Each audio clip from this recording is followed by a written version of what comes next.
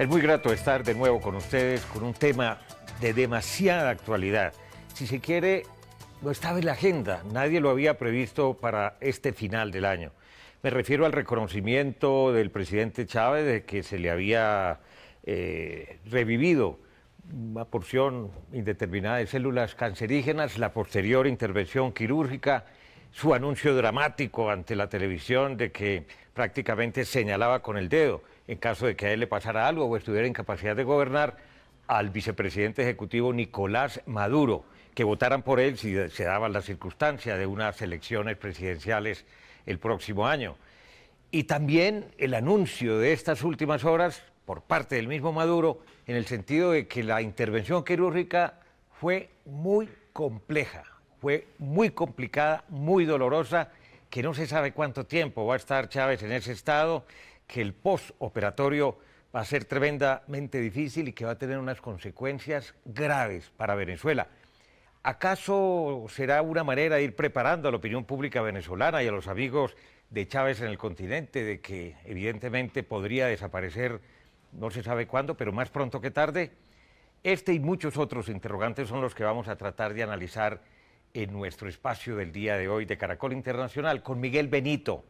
Él es politólogo de la Universidad Complutense de Madrid, tiene estudios de diplomacia en la Escuela de Diplomacia de Madrid también, es internacionalista, profesor universitario en Colombia y también con la doctora Sandra Borda, que es politóloga de los Andes, tiene doctorados, maestrías en 3 universidades de los Estados Unidos, Chicago, Wisconsin, en fin, muy prestigiosa, ha sido miembro de la Comisión de Relaciones Exteriores de Colombia también.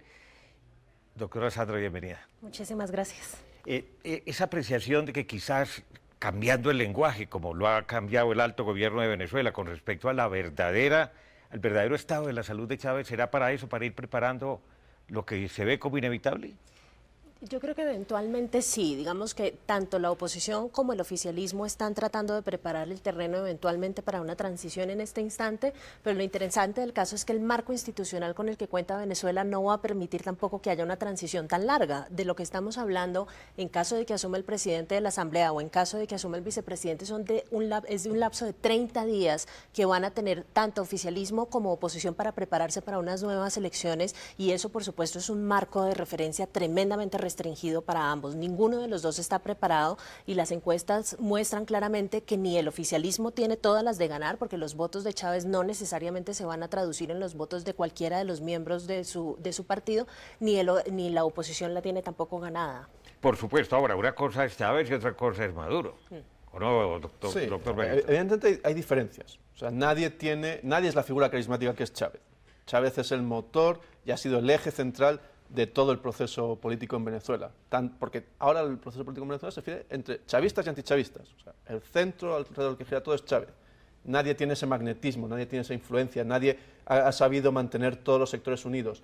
Maduro tendría a corto plazo algunos factores que le permitirían quizá mantener viva esa coalición, pero el problema no es tanto ese arranque, pongamos, muere Chávez, en el peor de los casos, muere Chávez y Maduro se presenta como el candidato del chavismo a las elecciones. Está proclamado por el propio Claro, Chávez. pero ahí tendría alguna pelea interna y según cómo viniese el proceso, pues podría tener alguna pelea interna, pero al principio tendría el factor de la simpatía, pero el momento en que tome decisiones y esas decisiones sean difíciles, sean impopulares, esa coalición va a responderle a Maduro como le ha respondido hasta Chávez. Esa es una duda. Claro, porque en todos los casos y países, cuando el rey ha muerto, puesto el rey, pero se genera una apetencia por el poder de los militares que están detrás, de otros sectores políticos que no comulgan con Maduro, que quizá no lo consideran el líder indicado con la formación que se requeriría para el cargo, ni con el mismo liderazgo, doctora Sandra. Sí, yo creo que ahí hay 2 temas que son bien interesantes. Uno de ellos tiene que ver con la suerte de división que hay al interior del oficialismo entre lo que uno podría llamar el liderazgo civil y el liderazgo militar. Esa división es una división que el presidente Chávez ha logrado mantener, digamos, con negociaciones políticas gruesas y que, digamos, ha logrado superar a lo largo de su gobierno, pero cada uno de los miembros de esas secciones tiene tiene su propio set de seguidores y tiene su propia agenda y tiene, digamos, incentivos suficientes para correr por su propia cuenta e independientemente del oficialismo. El punto es, y de nuevo con el tema de los 30 días, si los 30 días van a ser suficientes para que se reorganicen las fuerzas dentro del oficialismo o si simplemente va a ser un lapso de tiempo tan corto que no va a permitir, sino que se cumpla, digamos, el deseo del presidente Chávez, que es que sea el vicepresidente Maduro el que corra en las próximas elecciones. Borda, que el propio Chávez, en otro pronunciamiento antes de viajar a La Habana, la víspera de la intervención, lo que llamó fue a la unidad, de que por favor el oficialismo, el chavismo, no se fuera a dividir, porque él es consciente de lo que se puede estar viviendo por dentro. Y no hay que sobredimensionar tampoco la amenaza de la división, digamos, la señalo, pero no hay que sobredimensionarla porque el otro trabajo importante que ha hecho el chavismo es justamente el de cooptar a las fuerzas militares, politizar las fuerzas militares, digamos, esta ha sido la gran crítica, pagarles muy bien y convertirlas, digamos, en parte del proyecto bolivariano. Entonces, por supuesto, hay decisiones al interior de las fuerzas militares, pero se ha hecho un trabajo importante en poner a las fuerzas militares, sacarlas de la imparcialidad política y ponerlas del lado del proyecto bolivariano. Luego eso puede ayudar eventualmente en una transición. Miguel, quienes conocen un poco el aparato por dentro de Venezuela dicen que si se quiere, Diosdado Cabello, el presidente de la Asamblea, es más afecto a los militares que el propio Maduro. Porque él ha sido militar. Sí. Claro, él participó en el golpe, exacto, además, o sea, fue compañero. Él tiene esa trayectoria y ese ha sido uno de los elementos siempre desde que se da a conocer la enfermedad de Chávez que se ha manejado. Es decir, ¿quién es el más capaz de aglutinar y de mantenerse el liderazgo entre los civiles y los militares? Porque los militares son muy importantes, no solo como institución armada, sino porque, de hecho, muchos militares en ejercicio retirado manejan muchas instituciones, o sea, muchos institutos del gobierno. Y manejan mucho dinero. Claro, y tienen los armas, comprar aviones, helicópteros. Y ejecutan políticas. O sea, muchas de las políticas que se ejecutan en Venezuela las hacen ellos. Incluso se les da embajadas, se les da muchísimos cargos. Por tanto, la institución, en ese sentido, Chávez ha dependido mucho de esa, a veces sobredimensionada, capacidad ejecutiva mejor que la de los civiles de los militares. Entonces, es un aparato burocrático y estatal que tiene mucha presencia de militares ya dentro. Por eso se menciona a Cabello como un hombre que puede tener esa influencia. Pero Cabello tiene otros peros en contra. Tiene más cuestiones, apuntes sobre corrupción en su contra. Dentro del movimiento chavista no tiene un apoyo de las bases que siempre le ven, y en Venezuela se denomina muchas veces como la derecha endógena del chavismo. Un elemento que es capaz de acercarse más a los sectores de negocios, que en ese sentido está dispuesto más a traicionar los ideales populares del chavismo. Claro, ahora, ¿por qué optaría, Sandra, Chávez precisamente por Maduro, quizás por influencia de los cubanos? Yo creo que Maduro tiene una característica bien interesante, además de ser mucho más cercano al proyecto cubano también que la facción de Cabello. Tiene una característica y es que Maduro es por excelencia lo que se denomina en inglés un yes man. Es el tipo de asesor y es el tipo de colaborador que siempre ha estado al lado del presidente Chávez y nunca hemos escuchado una posición distinta de Maduro frente al presidente Chávez. Alineado en totalmente. Ningún tema, totalmente alineado. Ahora, el problema de los yes man es que uno nunca sabe qué pasa cuando el man se desaparece de la película. Entonces, no es muy claro y parte de la incertidumbre que genera en este momento Maduro es que nadie sabe exactamente cuál es la naturaleza del proyecto político de Maduro. Nadie sabe ideológicamente, políticamente, dónde está parado Maduro, digamos, en esta suerte de panorama político al interior del chavismo, si es más nacionalista y hacia el lado de los militares o si es más procastrista y mucho más internacionalizado que el resto del partido que lidera Chávez en este instante. Entonces genera un nivel de incertidumbre muy grande y tiene adicionalmente el problema que señalaba Miguel inicialmente y es que las últimas encuestas muestran que claramente no va a heredar, digamos, el nivel de aceptación que ha tenido Chávez hasta este momento. Claro que se lo ha ganado después de tantos años, de 2 mandatos. Pero además es un personaje muy distinto. Carismático. Es muy distinto, es muy distinto. La trayectoria de Maduro además es una trayectoria política fundamentalmente distinta a la del presidente Chávez. Un origen sindicalista total. Sí. Sí, y su trayectoria en el plano de la política exterior como canciller tampoco es una trayectoria que haya brillado pues por encima de la gestión de otros miembros del gabinete del presidente Chávez. Entonces es una figura muy rara y, como digo, genera mucha incertidumbre porque no se sabe justamente qué ala del Partido Bolivariano es finalmente la que va a terminar representando. Miguel, pasémonos para el otro equipo, para la oposición que en las últimas elecciones encarnó Capriles. Este domingo precisamente hay elecciones regionales, las encuestas daban en principio una aplastante victoria del chavismo, ¿no? No sé si ese resultado será importante eventualmente en otra contienda presidencial y si los que estuvieron de otros movimientos alrededor de Capriles por razones de tener un solo candidato lo estarían dispuestos a seguir apoyando. La oposición a Chávez ha sido un elemento aglutinador, o sea, es lo que tienen en común toda la oposición. ¿Qué tienen en común? No quieren a Chávez. Se oponen radicalmente a Chávez. No es que adoren a Capriles o no, que lo consideren, o sea, no. Los candidatos con los que han tenido que convivir han sido los candidatos elegidos como mínimo común múltiplo. O sea, ha sido el acuerdo de mínimos al que han llegado, ha sido, bueno, este candidato, en este caso, el último caso, Capriles. Entonces, sin Chávez, viendo, como apuntaba Sandra, que en las encuestas no hay un endoso automático de la popularidad de Chávez a ninguno de sus sucesores, puede volver a pasar lo que ya le ha pasado a la oposición en muchas ocasiones, y es que cada uno va a querer ganar las elecciones por su cuenta. Y divididos gana el candidato del chavismo. Sí, porque además, en ese sentido, unas elecciones, sobre todo a todos esos plazos muy cortos que marca la ley, si Chávez muere, sí se produciría quizá una inercia del chavismo a corto plazo de mantener la maquinaria en movimiento y llegar hasta las elecciones, y además un cierto efecto de simpatía por la pérdida del líder carismático. Entonces ahí sí se podría ver un cierto... Y con esos elementos a favor y la posible división de la oposición, de nuevo, llegaría para que el chavismo llegase al poder. Ya regresamos, sí, Sandra. No, le iba a decir solamente que lo de las elecciones este domingo es clave. Claro. Es muy importante. Si Capriles no logra, y las encuestas lo están mostrando en un muy mal estado en este momento frente al candidato oficialista, si no logra ganar la gobernación, Queda casi que sepultado. queda fuera de la película. Ya vamos a conversar entonces los escenarios que se vienen en el año 2013 en Caracol Internacional. Entérate.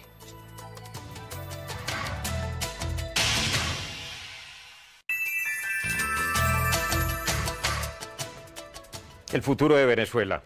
Parodiando la canción del 20 de enero, de Las Corralejas, ya viene el 10 de enero. El 10 de enero va a ser clave, absolutamente determinante, porque, primer escenario, que el presidente Chávez, Dios lo quiera, se recupere de su salud y se juramente para un tercer mandato.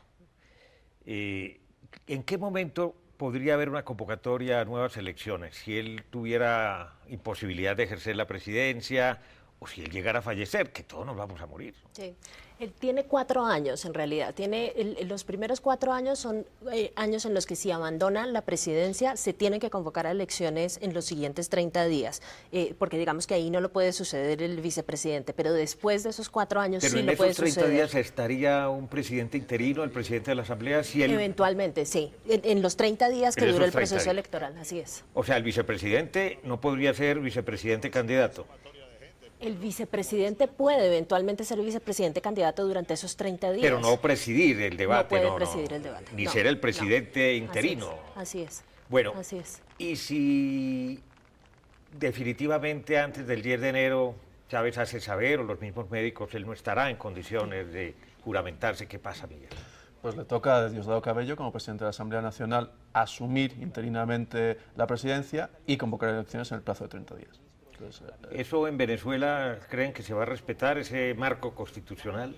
Yo creo que hay que tener en cuenta una cosa. Una es que los entes encargados de vigilar tanto el proceso electoral como las Cortes están bajo el control del oficialismo. Entonces, si eventualmente, digamos, se decide hacer una movida que no sea tan al pie de la letra de lo que dice la Constitución, para la oposición va a ser tremendamente difícil reversar ese tipo de decisión. Ahora, el gran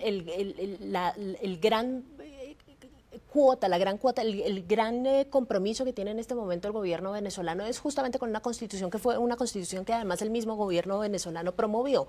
Entonces, digamos, no existen incentivos fuertes para salirse de lo que dice la ley en este instante y a juzgar por lo que ha venido diciendo Chávez durante estos últimos días, digamos que lo que está tratando es de construir una suerte de plano, una suerte de mapa para adelantar, digamos, elecciones de la forma en la que resulte más fácil para el oficialismo mantenerse en el poder. Pero seamos realistas y conociendo el folclorismo, las maniobras políticas de que ha hecho gala Chávez y demás, que Chávez entra en una fase terminal, ya de imposibilidad, por no llamarlo de otra manera, no se juramenta, pero en ese momento la Asamblea, en poder del oficialismo, dice es que las exequias, los funerales, los homenajes van a interrumpir la campaña política, vamos a hacer una excepción, es el espíritu, va a haber nuevas elecciones, pero no dentro de 30 días, sino dentro de 90, por ejemplo. ¿Eso se pudiera dar, Miguel?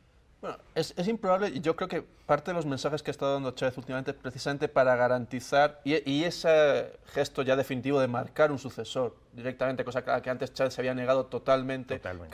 Creo que va en esa línea, esa idea de garantizar esa transición y ese paso lo más rápido y lo más ordenado posible hacia esa cuestión. Además, porque ya digo, creo que incluso en el cálculo electoral podría perjudicarles alargar el proceso. Claro, porque evidentemente un sentimiento generalizado de pesar, de tristeza, y empiezan a explotar, es que ese es el heredero de Chávez, porque Chávez así lo señaló. Como Chávez se va a terminar endiosando aún más si llegara a morir, pues el beneficiario directo, por lo menos en la primera etapa, sería Maduro. Eventualmente, yo insisto en que los resultados no son tan claros.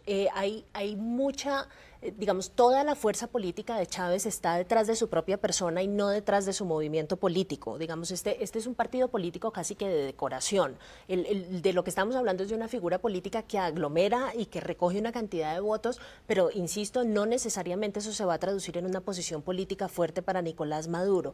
Y sobre la pregunta anterior que usted hacía, yo creo que es muy importante tener en cuenta que esto de poner entre paréntesis las leyes, digamos, es un hábito de estos países latinoamericanos que se puede disfrazar a veces muy bien. Si usted se pone a darse cuenta cuánto tiempo ha permanecido Chávez por fuera de la presidencia venezolana hasta este momento, pues uno ya podría hablar de abandono del cargo desde hace rato. Muchas veces sin pedir permiso. Y está firmando leyes y está haciendo cosas desde La Habana, pero con todo lo que ha pasado ya se había dado el momento para que se designara a Maduro y se llamara a elecciones. Lo que están tratando de hacer es ganar tiempo justamente para obligar y para facilitar el reacomodamiento de las fuerzas al interior del chavismo. Esa palabra es clave, el reacomodamiento de las fuerzas, pero hablemos de esas fuerzas regionales. Precisamente, sin Chávez, ¿qué va a pasar en las relaciones y en los apoyos económicos y de toda naturaleza que ha venido dando Venezuela, por ejemplo, a Nicaragua, por ejemplo, a Cuba, por ejemplo, a Bolivia, por ejemplo, a Ecuador, a toda esa llave? Bueno, en ese sentido, si es Maduro el sucesor y efectivamente consigue situarse dentro del chavismo como el hombre fuerte, podríamos interpretar que va a haber continuidad. Por lo menos al principio, ¿no? Claro, porque él ha sido el ejecutor de eso. En el fondo, el hombre que ha ido al lado de Chávez y haciendo esas políticas, esas alianzas, esas relaciones, ha sido Maduro. O sea, es el que mejor las conoce en otro sentido. Y el otro pie siempre es PDVSA. El otro pie que hace funcionar eso es PDVSA. En la medida que PDVSA siga teniendo liquidez, va a poder mantener esas relaciones, y si la presidencia de la República sigue empujando hacia allá, puede seguir manteniendo ese núcleo de amigos más o menos fieles y aliados constantes. El problema viene en el momento en que PDVSA falle o, como la cuestión de la economía venezolana se trabe un poco y haya que hacer algún reajuste, haya que subir, por ejemplo, los precios del petróleo en el interior, haya que controlar la inflación, haya que recortar el déficit. Todas esas medidas que pueden caer en el siguiente presidente, suponiendo que no fuese Chávez, tienen un alto coste, tanto al interior como al exterior, y eso puede empezar a quebrar las solidaridades internas y externas. ¿Coincide, Sandra, con esa apreciación? Sí, pero yo diría que es muy difícil pensar en que en caso de que la oposición gane se va a ver una ruptura sustancial en materia de política exterior y de liderazgo de Venezuela a nivel regional. Yo creo que en este momento el proceso de transición en Venezuela, la gran prioridad es la transición interna. Sí, la gran prioridad es el ajuste económico interno, la gran prioridad es el logro de la seguridad interna, que es una de las tareas que tiene pendientes la administración Chávez.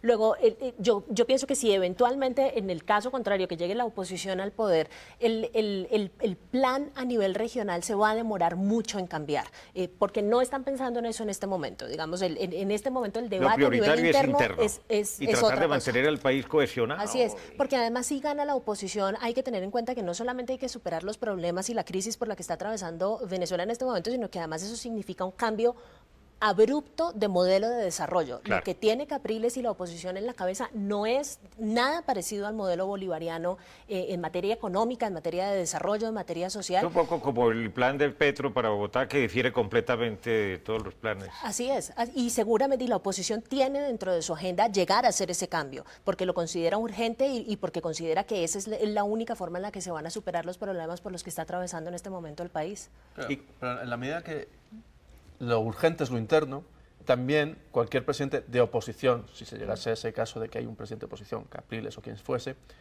lo que pasaría quizá a nivel regional es que se produciría el vacío. Ah, por supuesto. Un vacío de liderazgo porque Pero Miguel, Capriles ese vacío ya existe desde que Chávez se enfermó. Sí, y lo hemos visto recientemente. No, y desde octubre prácticamente Mercosur. Chávez no ha aparecido sino para decir estoy enfermo. Así es. Y en Mercosur, en la reciente reunión de Mercosur lo hemos visto. Chávez no fue. No fue. Bueno, y si no fuera Maduro, de los otros, perdón, si no fuera Capriles, de la oposición, ¿a quiénes ven ustedes? 2, 3 nombres. No, es muy complicado. O sea, realmente la oposición tiene que construir tanto sus liderazgos. O sea, hasta el momento se han apoyado en liderazgos regionales, pero se ha visto que eso tampoco sirve a nivel nacional, como una plataforma para arrancar. Ni Leopoldo López, ni Corina. Tocaría, o sea, es una reingeniería fuerte la que le toca a la oposición. Pero además no tienen tiempo. Sí, por eso. No Claro. tienen tiempo. Digamos, lo único que pueden aprovechar en este instante es el coeficiente electoral que se ganaron en las últimas elecciones contra Chávez. Eso es lo único que tienen en el bolsillo. Si ni siquiera pueden contar con eso, porque Capriles eventualmente el domingo pierda las elecciones de la gobernación, entonces básicamente Queda no sin van a legitimidad tener, política. no tienen tiempo de reacomodarse, ni de construir liderazgo, ni de armar un proyecto incluso nuevo. para Capriles queda muy difícil justificar, presentarse a presidente, perder, Claro. presentarse en Miranda, incluso en el caso de ganar y 30 días Claro, después... pero abandonar desde el esa cargo. óptica no fue un error de Capriles presentarse, independientemente del resultado. Sí, lo que pasa es que como político, usted imagínese el grado de incertidumbre en el que están jugando todos, no solamente Capriles, sino todos en Venezuela. Usted primero no tiene ninguna información sobre la gravedad del estado de salud de Chávez, no sabe cuánto tiempo va a durar esto. Las primeras versiones básicamente llegaron a la conclusión de que la enfermedad no era tan grave y que al parecer era una cuestión de propaganda.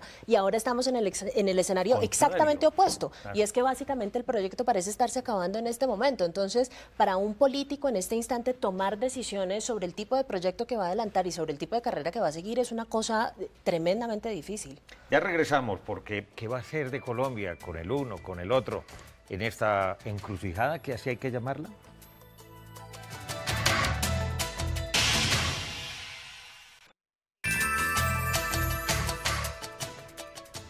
Regresamos en este último segmento con Sandra Borda, con Miguel Benito, el análisis de lo que puede llegar a pasar en Venezuela dependiendo de esas variables, si Chávez regresa al poder, si se juramenta para un tercer mandato, si definitivamente no se lo permite su salud o si falleciera.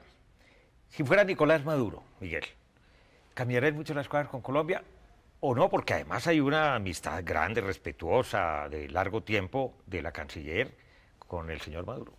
No, yo creo que el riesgo de la sucesión, ya digo, está más en lo interno, como ha apuntado Sandra antes. En ese sentido, Maduro parece más un continuador en lo externo de lo que ha hecho Chávez y como buen conocedor de lo que se ha estado manejando, parece eso, la figura perfecta para continuar y efectivamente él ha sido la contraparte de la canciller Holguín en este reacercamiento. Tuvo mucho que ver. Claro, o sea, ellos han sido los dos que la han hecho posible, más allá de las declaraciones presidenciales que hayan podido ayudar o entorpecer en según qué momentos, pero ellos han sido los dos actores que han tenido que ir atando ese proceso de a poquito con todos sus problemas. Como lo hizo también con Ecuador, con Correa, ¿no? Entonces, esos han sido los dos actores fundamentales. Por eso, en ese sentido, que Maduro cambiase y fuese presidente no perjudicaría, sino que quizá incluso pudiera ayudar. Pero la cuestión está de nuevo en eso, en si la estabilidad interna venezolana permite y no tiene efectos y coletazos en toda la región. Y claro, Colombia como vecino podría ser muy afectado, evidentemente. Ahora, si fuera Capriles... Sí, yo creo que hay dos temas fundamentales para Colombia en este proceso de transición. Uno, tiene que ver con el proceso de paz. La figura del presidente Chávez y el gobierno venezolano han sido fundamentales en los acercamientos entre el gobierno y los grupos insurgentes en Colombia, y aunque no tenemos mucha información, sabemos que han jugado un papel clave junto con Cuba, y lo ha reconocido claramente. Esta semana, sí. Luego, no sabemos, digamos, cuál es el tipo de transición que se puede observar si deja de estar el oficialismo en el poder y los que lleguen entonces, Capriles y demás, y la oposición, no sabemos cuál es exactamente su posición sobre este tema. Es muy probable que sigan apoyando el proceso de paz en Colombia, no tendrían ninguna razón para oponerse, pero es muy posible también que no tengan un papel tan activo en el proceso de acercamiento y que no sean tan útiles como el gobierno colombiano los necesita en ese proceso de acercamiento con la guerrilla. Y el segundo tema es el tema económico. Yo sí creo que con la llegada de la oposición a Venezuela, la naturaleza de las relaciones comerciales entre Colombia y Venezuela va a ser muy distinta, porque un cambio de modelo económico en Venezuela necesariamente implica, digamos, una reintensificación y una profundización de los lazos comerciales con Colombia que han sido tremendamente deteriorados durante los últimos años de la administración Chávez. Es impensable, estoy haciendo de brujo con una bola que no se ve aquí, ¿no? Pero que en el futuro, por ejemplo, si fuera Capriles, ese sector ultra radical de los militares venezolanos, descontentos con el cambio de modelo, con el cambio de rumbo del país, de un socialismo siglo XXI bolivariano hacia una concepción neoliberal como la de Capriles, un golpe de Estado en un país que ha tenido esa tradición autoritaria. Yo no sé qué piensa Miguel, a mí me parece que el lugar en el que tiene que trabajar la oposición en el caso de que eventualmente llegue a poder, el primer lugar en el que tiene que empezar a trabajar es en su relación con los militares. Ese es el sitio, porque en este momento de lo que estamos hablando es de unas Fuerzas Armadas que primero tienen unos problemas de corrupción gigantescos. Acuérdense que en Venezuela ya estamos hablando del cartel de los soles. De narcotráfico, claro, y todo. Y a muy altos niveles, o sea, no a niveles medios Generales aislados, sino a niveles muy altos. Y segundo, pues hay un nivel de politización gigantesco que ha promovido el mismo presidente Chávez. Luego, depende mucho del nivel de maniobrabilidad política que tenga la oposición frente a las Fuerzas Armadas, de su capacidad de identificar sectores mucho más cercanos a su proyecto político, porque no es una cosa homogénea tampoco de lo que estamos hablando, la capacidad que tenga de llevar a cabo una transición, digamos, en la que logre paulatina, pero contundentemente poner a las Fuerzas Armadas de su lado. Si no logran eso, vamos a observar inestabilidad política en Venezuela. Sobre todo por con un Congreso rato. que está en contra, o sea, que está bajo el control del oficialismo. Congreso y Cortes. Y Cortes, además. Cortes, poder electoral. Medios. Medios. Pero habría que ver en qué medida, porque muchos de esos poderes lo que en realidad son poderes dependientes de la presidencia. O sea, aunque formalmente sean poderes distintos, en realidad la persona de Chávez los ha aglutinado alrededor suyo y él es el que maneja todo. ¿Tendría otro presidente la capacidad de tener ese poder, de mantenerlo y limpiar las instituciones con plena capacidad o no? Esa es la cuestión. Y evidentemente el ejército es un elemento clave porque además ya hay una generación completa de generales que han crecido y han sido formados en el chavismo y ya han asumido todos los principios de guerra e ideológicos del chavismo. Entonces ahí ya hay un problema, porque antes sí había una generación de generales, coroneles más opuesta al chavismo, pequeña pero opuesta, pero esa ha sido sistemáticamente y poco a poco sacada del ejército. Entonces el ejército tendría que empezar a buscar esos coroneles, esos generales que les permitiesen mantener un contacto y un diálogo con los militares y normalizar esa transición.